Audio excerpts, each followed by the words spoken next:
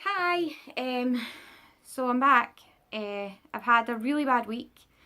I've been in a lot of pain. I've been saying to doctors for years that I'm in pain. It's excruciating. The last week I have been put on pregabalin on top of morphine, cocodamol, and tramadol, but no one wants to find out why I'm in pain. They just want to shut me up. Annoying.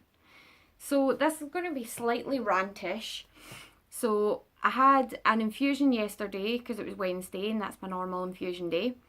I went in and I have been, like, as you all know, I've got the port fitted, and I was told that I would keep the needle in with the tube for 28 days or 22 days and then get it out for a week and then get it put back in, because that is the guidelines. You can do that. There's no reason why you can't do that, and it reduces the amount of stress on my body. It reduces the amount of times I need to be stabbed in the chest by a thick, horrible needle. It hurts. It causes me psychological stress. So I'm stressing myself out thinking, oh my god, I'm going to be stabbed tomorrow, I'm going to be stabbed in the chest. It hurts. It does hurt. I'm being stabbed in the chest. It hurts. It's not fun. Where my actual port isn't in a normal place. It's low. It's basically when they're stabbing it through, they have to stab through breast tissue. That hurts. Like, I don't know what part of that they don't understand. So I went in yesterday and they had to change it because they left blood in it. So there was blood sitting in it for a week, which I wasn't comfortable with. And they were acting as if I was comfortable with this. And I was like, no, I'm not. Like, I don't like that there is blood in there. So they switched it out. I got my infusion. They decided on their own backs to speed up my infusion so that they can go home early, even though my body doesn't react well to anything faster than 7 hours. So they've cut it down to 6 hours because there's another guy in there who gets magnesium infusions and he gets it in 5 hours. So there's no reason why I can't, even though we have different bodies. I'm little. He's probably not as little as me. And my body doesn't react well to it. Like, they're only speeding it up so they can go home early. That's what's frustrating about it. Like, I end up going home feeling awful. I feel awful the whole time that I'm getting the infusion.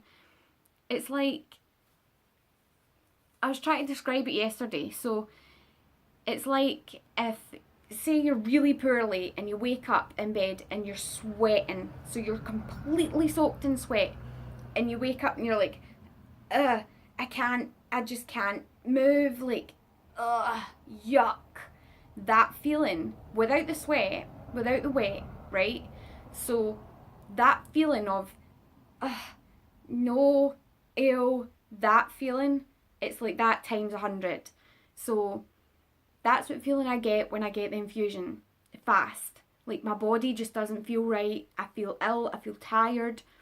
They don't listen to me. I'm saying to them, I don't want it that fast. Last week, I was really poorly after it. Like, this week, I'm really poorly after it. I got in after my infusion yesterday, ate something, and fell asleep for 7 hours. And then woke up shaky and feeling dreadful. Had something else to eat, like a little something, and then went to bed and slept all the way through. Woke up this morning, I feel dreadful. Like, I don't feel right at all in myself. And it's because they've sped up the infusion for their own gain. So anyway, the doctor came to see me, the professor in endocrinology who knows nothing about APS1, came to see me. Ew, what was that? So he came down and decided that he wasn't comfortable with leaving me with a needle in my chest and the tube hanging out for 3 weeks-ish. Yeah, like 3 weeks, and then get it out for a week. Even though the guidelines say that that's perfectly fine to do that, there's no reason why you can't do that. So it was sold to me like I would be able to get that. So obviously I'm telling you guys, it's the easiest thing ever. Like, you just get the tube and you plug it in, on, go. There you go, unplug it, leave. Easy peasy, right? Now, I'm being stabbed in the chest every week. So they've got like a plaster on it, because obviously they've stabbed me in the chest and it was bleeding and they had to. But it's not something that I'm comfortable with. Like, I feel more secure knowing that every time I go, they're just plugging it in. I don't have to be put through any more trauma or hurt. Like, I already stab myself with my needle 3 times a day. If I have an Addison's crisis, I need to stab myself with an intermuscular needle, which is huge. I'm sick to death of being stabbed with needles my whole entire life. Like, it's too much. Like, this was told to me as it was going to be helpful and reduce the hurt and stress on my body, which it's not. Oh man. Right. So he doesn't feel comfortable with it. But what we've got to remember is that it's not his body, it's my body. And the nurses are saying, yeah, but you won't have it, like, the tubes hanging out and you'll be able to wear whatever you like. And I'm like, I wear pyjamas all the time. Like, I don't go anywhere, I don't do anything. I don't feel well, I don't care if I have a bloody octopus hanging out my chest, as long as I'm getting the least amount of trauma and stress on my body. I don't care about the aesthetically pleasing look, or if people look at me and think, oh God, look, that's horrible, she's got something hanging out her chest. I don't care about that. I don't care how it looks. I don't care about anything. The only thing I care about is not getting stabbed every single Wednesday. That's what I care about. So, psychologically, I feel more comfortable having it in. There is no clinical reason why I can't have it in.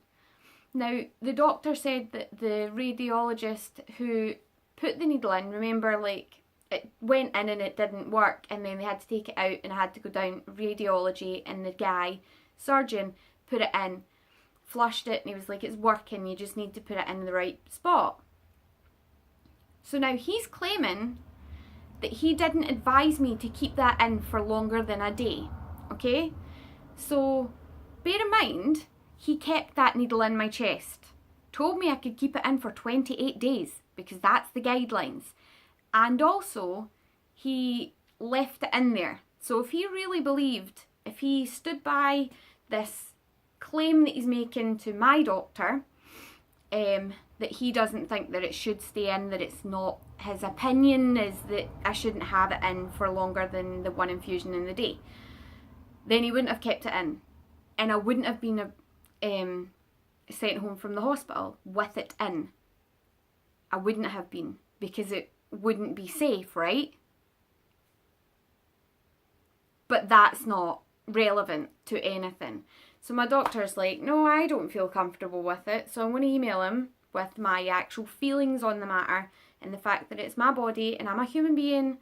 I'm not just a patient or a number, I am a human being with feelings. And the fact that I've got to get the stabbing part of it every week isn't fun for me. That's not something that I agreed to, it's not something I want.